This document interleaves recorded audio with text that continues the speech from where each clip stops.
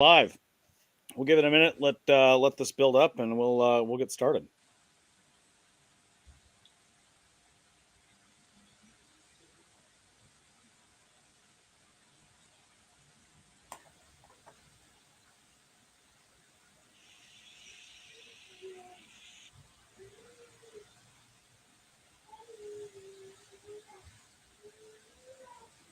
There we go. Hey Josh, is this Facebook Live supposed to be YouTube Live supposed to be like legit live like Facebook, or does Yeah, it get published later? it should be live just like Facebook.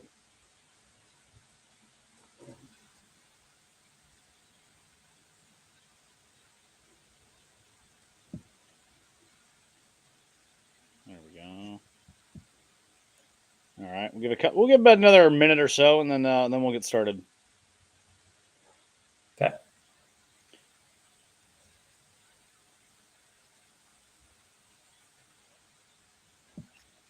Looks like we got somebody in there hanging out in the old station.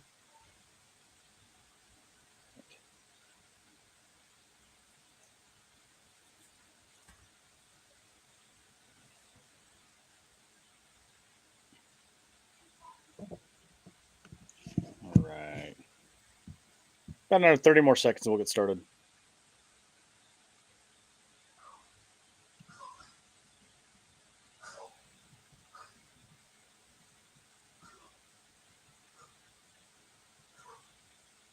Do something cool, Tim says. Tim, do something cool. I'll tell you what, we'll try to do a burnout with the Camaro here in the garage. All right, let's go ahead and get started. So, good afternoon. I'm Josh from Operational Speed Supply. We've got Brian, and we've got Matt Birne, AKA Garage Engineer. We are going to go over his path to autocross and road racing, and talk his 87 Camaro that he's got. Very well put together car, running a variety of components from Holley Performance, UMI Performance, Weld Wheels, and full gamut of things. So we're going to go ahead and kick this off. Short introduction. Matt, go ahead and take it away, brother. Yeah, thanks. So I'm happy to be on here today. So yeah, I drive a 1987 Chevrolet Camaro. It's a IROC Z28. So it was a pretty loaded and sharp car back in the day.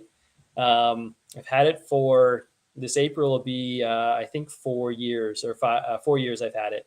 And every winter I kind of tear it apart and then build it up in various stages. So yeah, like Josh mentioned, it's got quite a few parts that OSS offers, and my goal for the car has kind of been all around performance. So kind of really in the essence of pro touring. So it doesn't do any one thing particularly well, but it can do basically anything. It can go long distance road trips. It can autocross. It can road race and survive all three of those.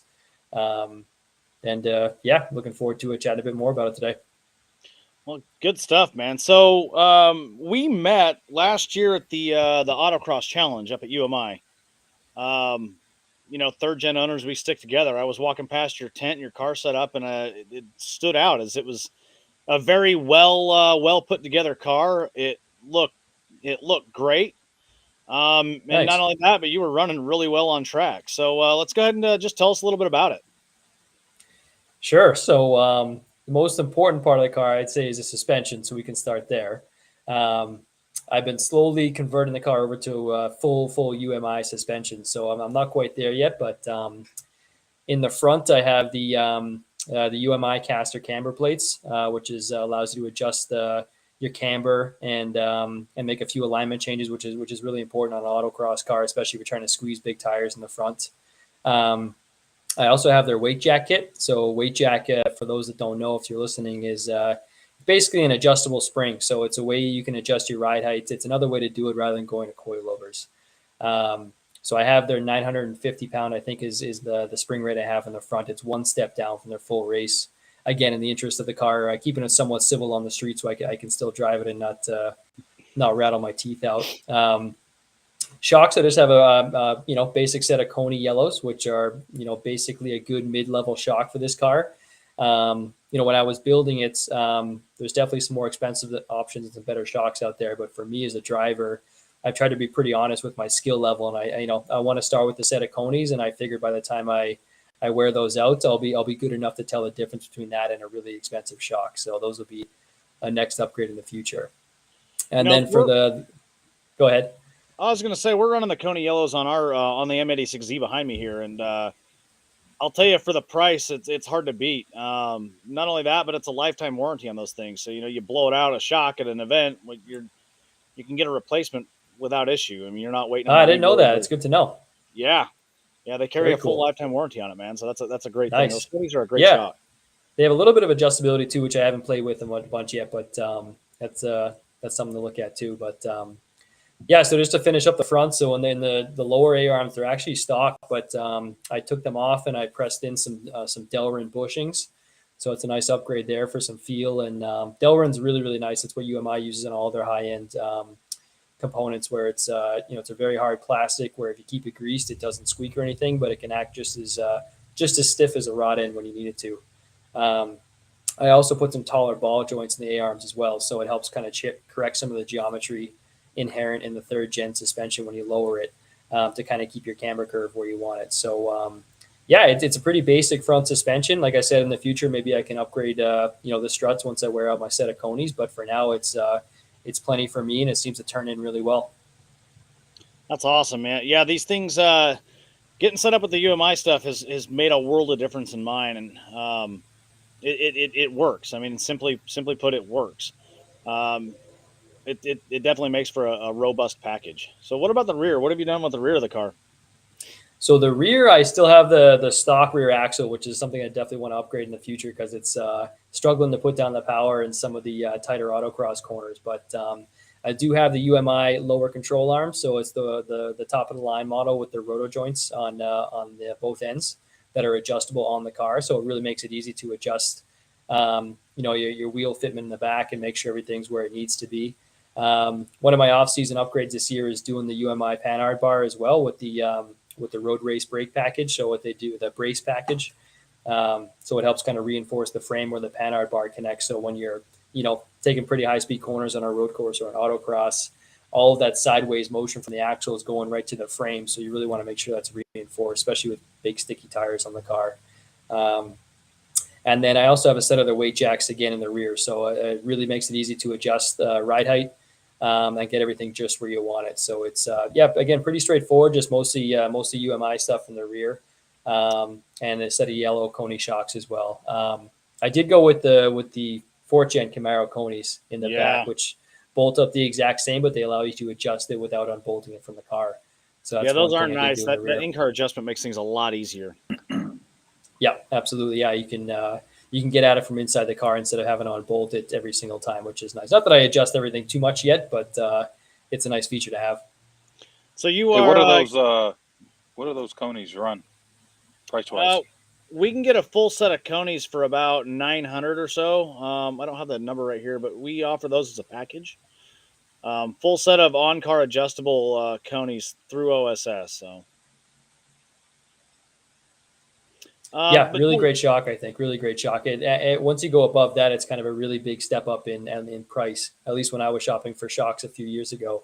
And again, I don't consider myself a good enough driver. Maybe if I drove them back to back, I could really tell between a Coney Yellow and one of the top end shocks. But for now, like I said, I'm going to wear a set out and see what I can do after that. No, that's a great move. I mean, that's being honest with yourself is one of the best things that anybody can do when they're building a car. It's easier on the budget. Far too often you see somebody go and build a full all out build with everything, but at the end of the day, what's the use behind it? If you're just cruising, you don't need to go with road race springs and a triple adjustable shock. It's not needed. But if you're at the point where you're constantly racing and you're going from surface to surface where it's different, say up in Peru, Indiana, where they're running on a concrete pad for, some of those drive autocross and SCCA events, and then you go to an asphalt place, that's a big change. And that right there would merit running some sort of adjustment. But for the average driver, I don't know that that's really necessary. So this year we set you up with the competition relocation kit for the rear panhard bar. I want to touch on that just a little bit. One thing it allows the ability to basically do a track bar adjustment.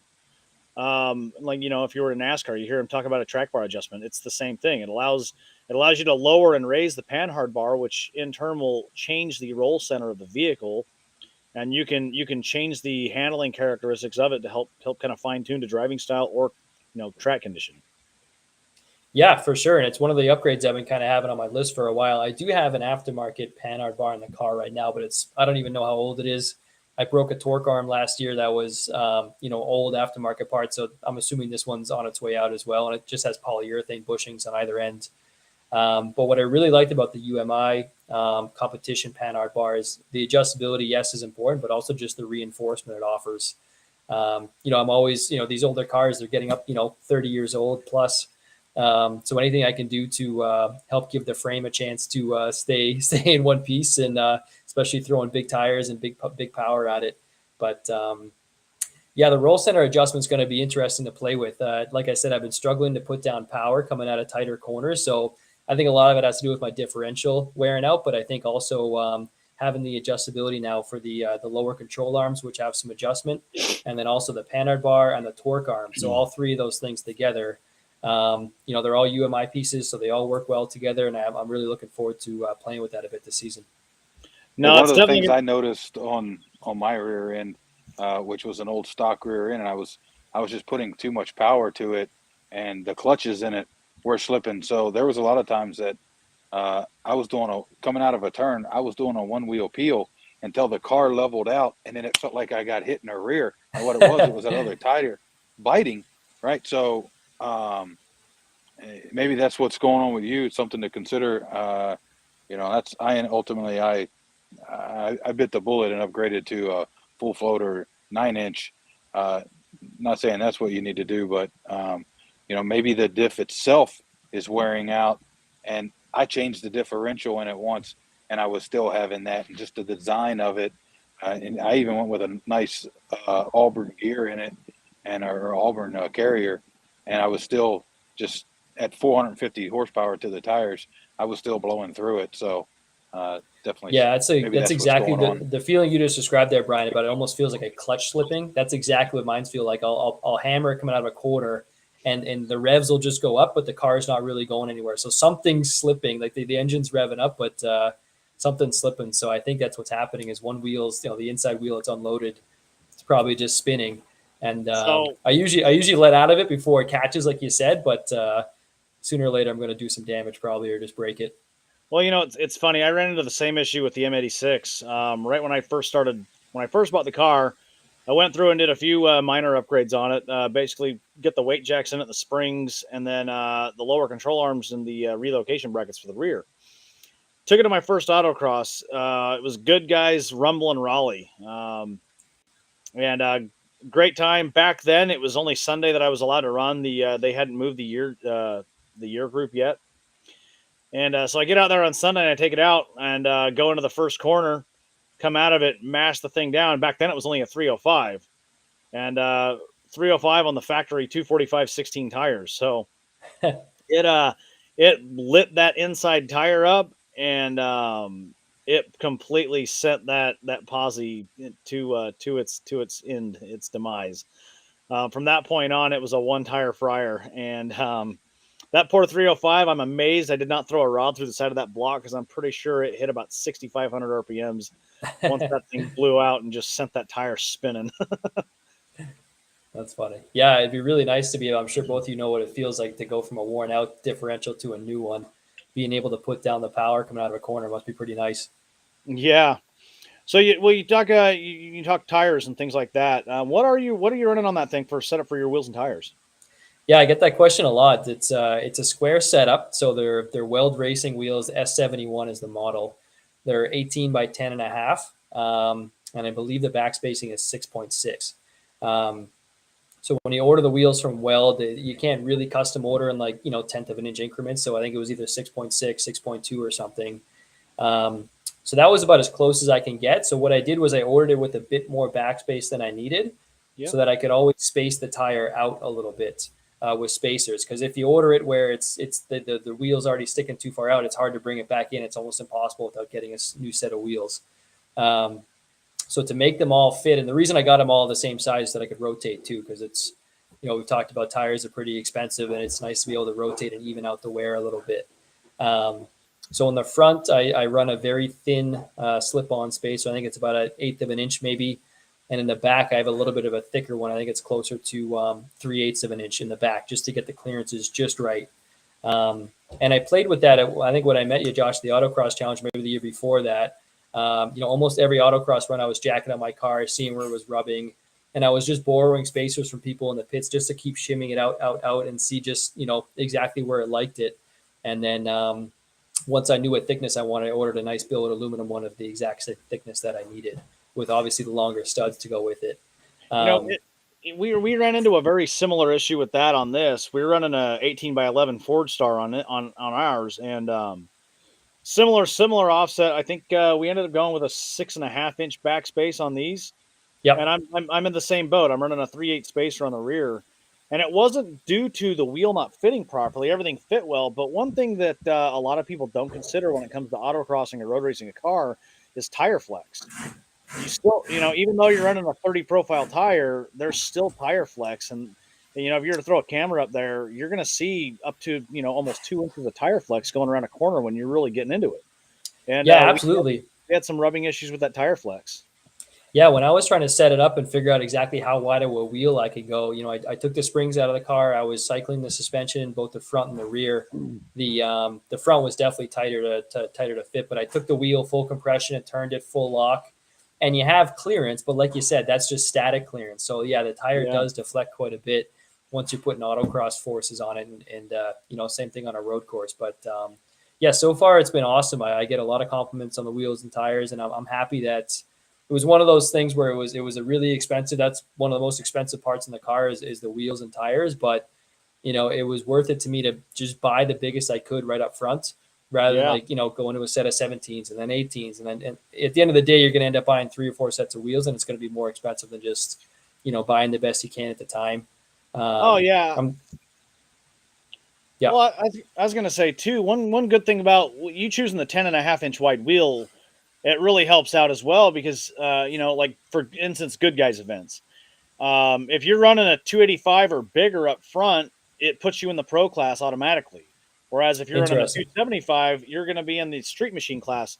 And that's a big difference between, competition and whatnot. And, trying to compete against a car running 315s, that's a hard deal. But with you running those 10.5 inch wheels, you've got the ability to go from as small as a 275 up to that 315 without issue. And the way tires are going nowadays, I feel like, a 295 from 5 years ago is what an old 315 or they just seem to, they're still called 295s or 315s, but they keep getting wider and wider. So yeah, I think for my next set of tires, maybe I'll go 295 all the way around, and the tread will actually be the same or so. You just don't get the fancy 3 in front of your tire size, but that's okay with me. Yeah, isn't that true? So we've talked a lot about suspension and handling and what you've done to kind of tie that together. What are you doing for drivetrain? What's that look like? So it's actually pretty basic. So I have it's just a small block under the hood. It's a ZZ4 crate motor, so a 350 with 4-bolt mains. The engine was in the car when I bought it, so I've been slowly doing some detective work and trying to figure out what exactly is in the engine. But I have it a half apart now because, as we talked about in the past, I have had a head gasket issue, so I've been fixing that and just got it all back together last night. But the heads are AFR 195s, but they're really, really early ones. So I actually sent the casting numbers to AFR. I'm waiting to get some information back, but I'm suspecting it's about early to mid 90s AFR heads. But they still work great. I got them cleaned up at the machine shop, and they work well. The cam is unknown. It definitely is an aftermarket cam based on some of the measurements I've taken, but I don't know the exact specs. And for the intake manifold, I just went to a Holley Stealth Ram. Nice. When I bought the car, I used to have the old XL Super Ram, which was a really, really cool looking intake, and was really expensive and must have been really something at car shows back in the day. But the reason I got rid of it is it was a real pain to work on. And I try to make my car as easy as I can to work on, just so it's fast to fix things. And if I ever get stuck on the side of the road, so the Super Ram, I think it was 6 pieces. There was a base, 2 TPI runners, so maybe 5 pieces. But every bolt was into, needed to be sealed because it was going into coolant passages or into an airway or something like that. It looked cool when it was done, but really hard to work on. So last winter, I changed it over to a Holley Stealth ram, which is about the same flow characteristics. And That's I a also, good at the same intake. time, yeah, I think so. Just from the research I've done, it's just fine for my motor, about 6,200 RPM or something around there. And I've seen people run that intake and carry that thing upwards 65, 6,800 RPMs without issue. So it Yeah, I gives you a think if little you bit have of the right room to heads, you grow. can. Yeah. Yeah, and then I have the biggest upgrade I've done to the motor is upgrade the whole EFI system. So when I first had the car, it had the original TPI computer in it, and even with the upgrades to the engine, the aluminum heads and the cam and all that, it was really struggling to keep up.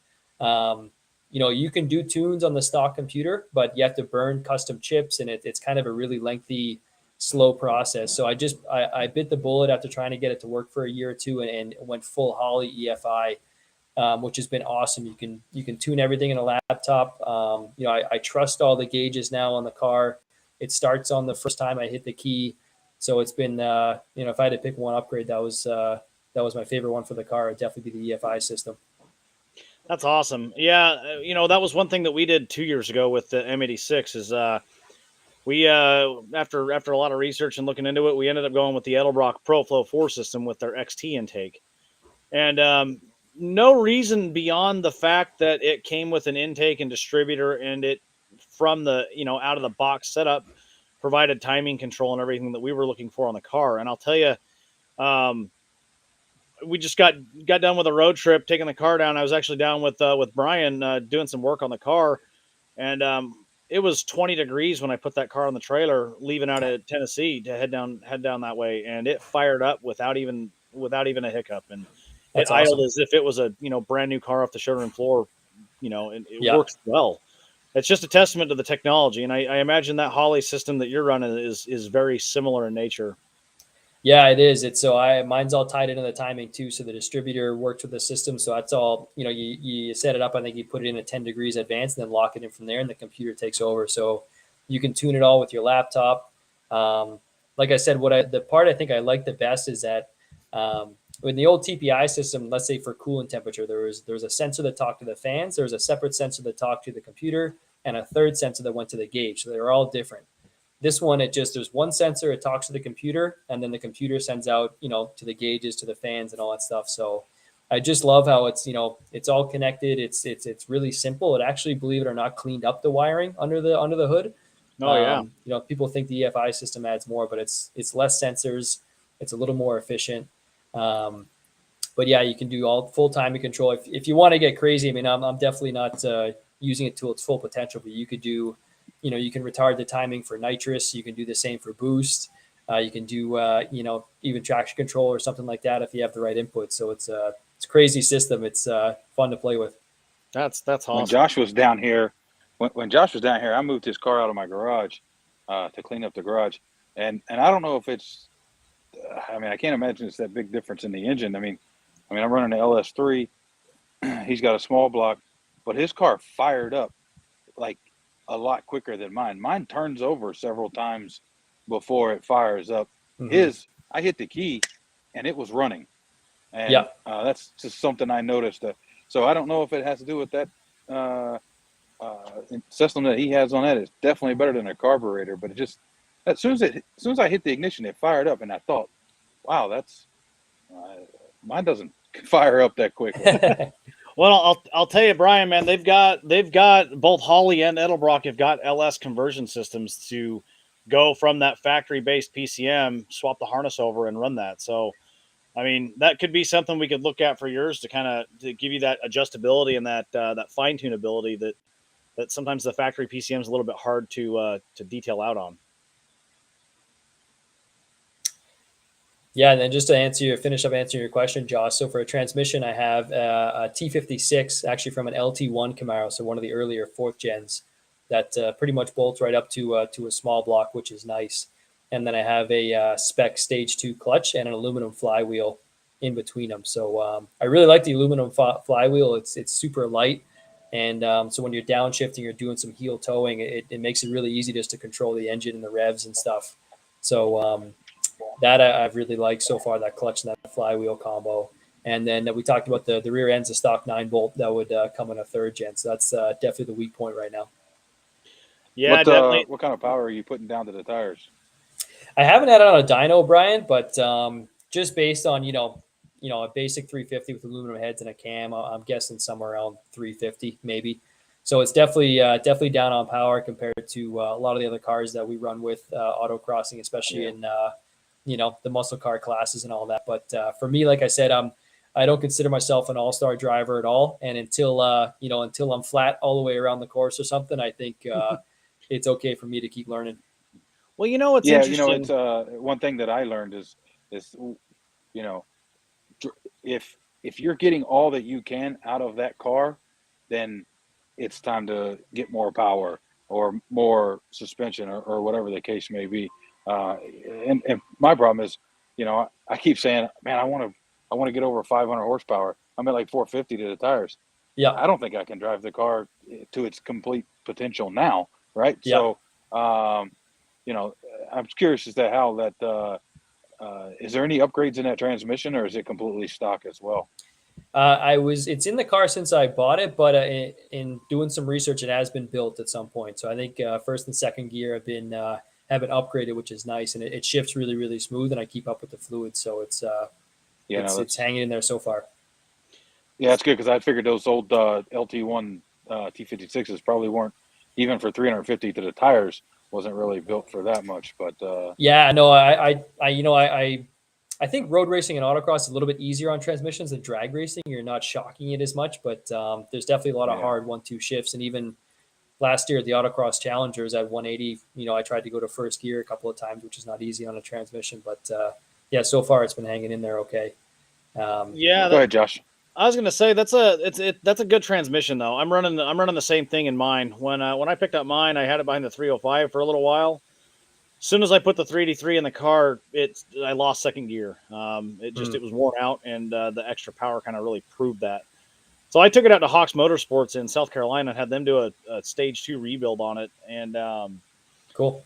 They ended up having to replace a couple gears. I think my 5th, 6th gear pack was shot, and they need to replace that. But I'll tell you, it's a good transmission. It shifts really well, and it works. I mean, it just flat out works. So I don't think the LT1 T56 will handle near as much as a T56 Magnum. It's still a viable option for somebody looking for a budget build. Yeah, it's a really easy upgrade on these cars, and the shifter falls right in the stock T5 shifter location, I think. My car was originally an automatic, so the previous owner who put it in had cut a big hole in the floor for it. But I think if you want to keep your small block, it's a great option, I think. No, it in ours it had a T5 to begin with, and I had to cut maybe a ½ inch out of the floor pan in order to get it to fit, just the very back end of where the shifter sits. So as far as how much fabrication work, it was very, very easy. And then that's good.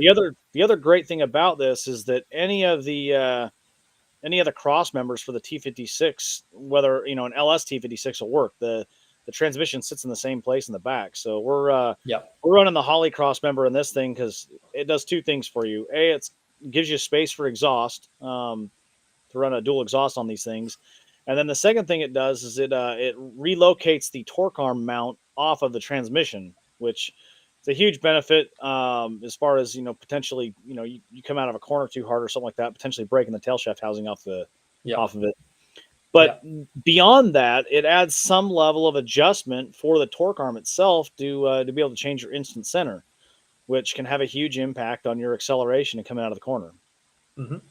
Yeah, I have the same cross member in my car. I actually just put it in last year, last off season. So as I mentioned earlier, I broke a torque arm last year or 2 years ago now at the Autocross Challenge, coming off the banking onto the flat. It snapped the torque arm, which luckily was attached to an older cross member, but the piece was so old they didn't make that anymore. Didn't make any cross members that fit that particular torque arm combo. So I went with the Holly cross member and a nice new UMI torque arm, which has been working great so far. It's a tight fit, and I had to adjust mine a little bit to make it fit with the small block combination, LT1 combination, but it's been holding up fine so far. That's awesome. So we've talked the car. Let's talk the racing. What's the plan for this year? I got a pretty busy schedule this year. So starting in, I'm up here in New England, so our season starts kind of late. But starting in June, I'm going to be doing the Team Cross Challenge at UMI, which will be my first year doing that. So it's a pretty cool event where you have a team of 4 of you, and I believe you average all of your times together across 2 days, and that should be a pretty fun event. And then I have a very busy July, so I'm doing the Summit Autocross Challenge, which again starts at UMI Autocross Park, and then it's 5 days of autocross in the morning, and then pack up your car and drive to the next track for the next day. So it's like I said, my car is built to kind of do everything reasonably well. So I think that's going to be a really fun week to race in the morning, pack up, drive 2 or 3 hours to the next racetrack, and do it again. So that one's going to be really fun. Following weekend after that is the Autocross Challenge at UMI we've talked about. And I think in September, I'm going to run the Northeast Muscle Car Challenge as well.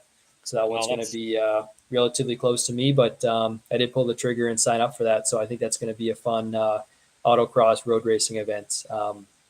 So those are like the big heavy hitters I have circled on my calendar. And then I'll sprinkle in, local autocrosses and a few track days as the summer goes along.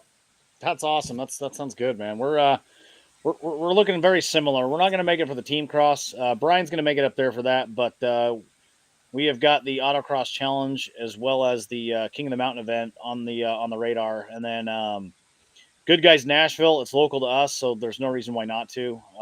New location this year as well. They moved from the Titan Stadium to Nashville Super Speedway, which great facility. Awesome. It's a mile and a half oval track. NASCAR runs on quite a bit, so it should be a nice setup.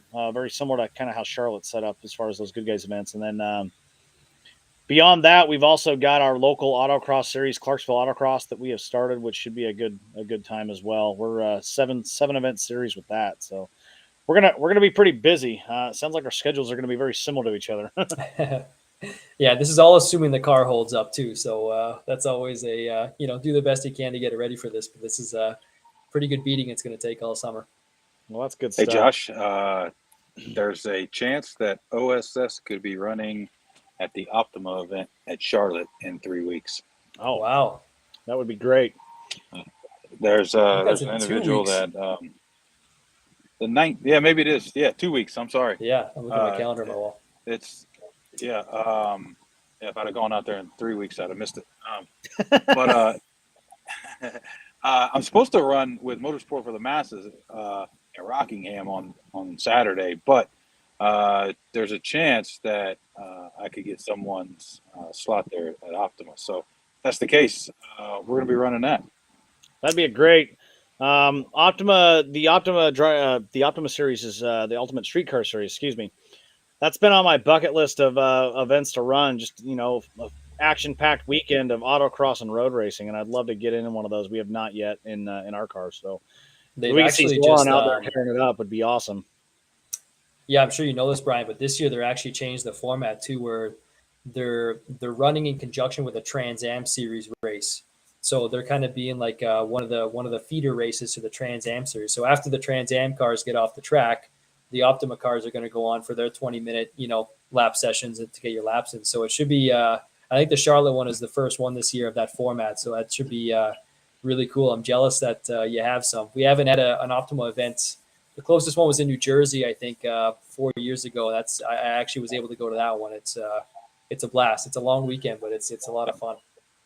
Yeah, I've never been to any of them. I've never run them because I've never been much of a road course guy. But people are like, hey, just don't go out there and go crazy. Just go out and just absolutely be there. You don't have to.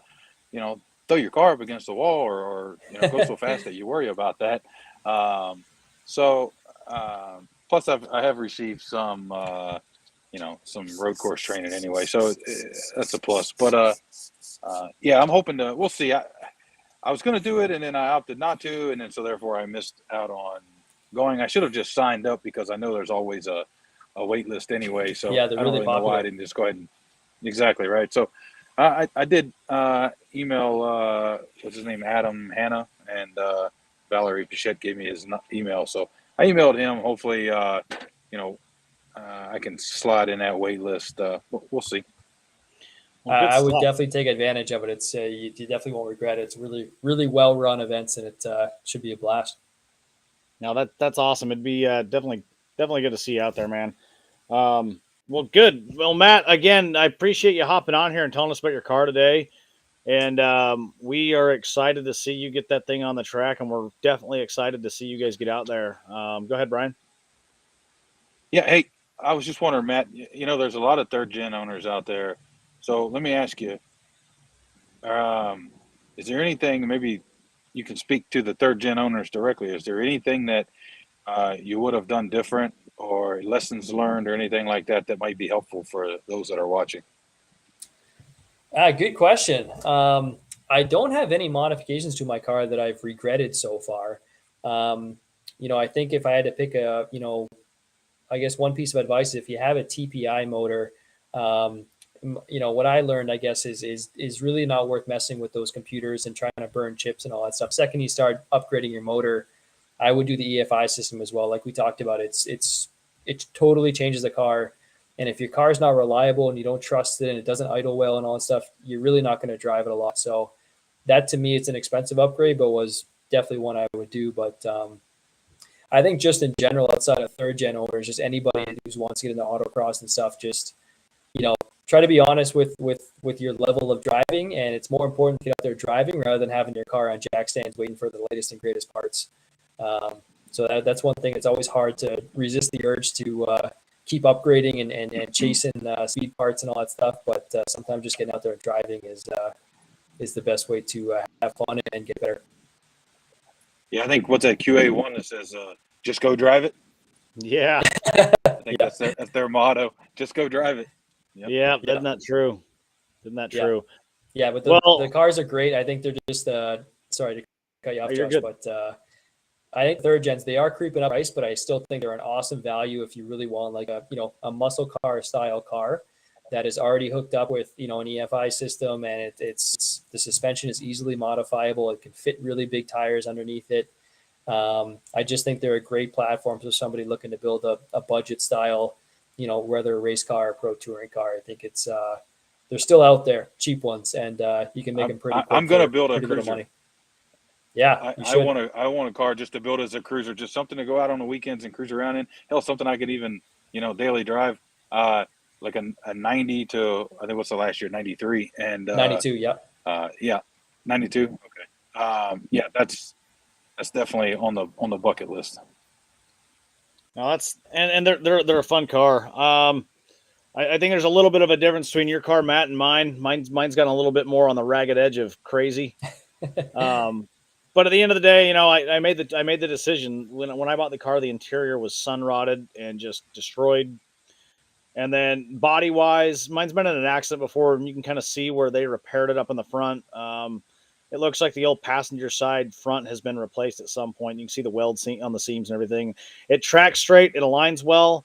But it was the point where I'm like, I made the decision, we're going to go a little more race than we are street. And, it's a decision that we made, for this car. But, I think there's something to be said about having a car that is well put together, can perform well, but yet at the same time looks very good. And I think your car really hit the nail on the head with that. It has the look of a really well put together car that is still well mannered and will still put times down with a lot of top tier cars. Well, thank you very much. I appreciate it. Sometimes I do wish I just bit the bullet and just goes full race car, because it's a lot easier to make decisions and just rip stuff out and not care what it looks like. But yeah, thank you. I appreciate it. Yeah, definitely. Well, and thank you for giving us your time today, brother. We really appreciate it. And we're looking forward to racing together this summer, man. Okay. Yeah, we'll be in touch. Looking forward to it. Great. All right, Brian, Matt, always a pleasure. I'm going to go ahead and sign off here, but it's good having you all on. Okay. See you guys.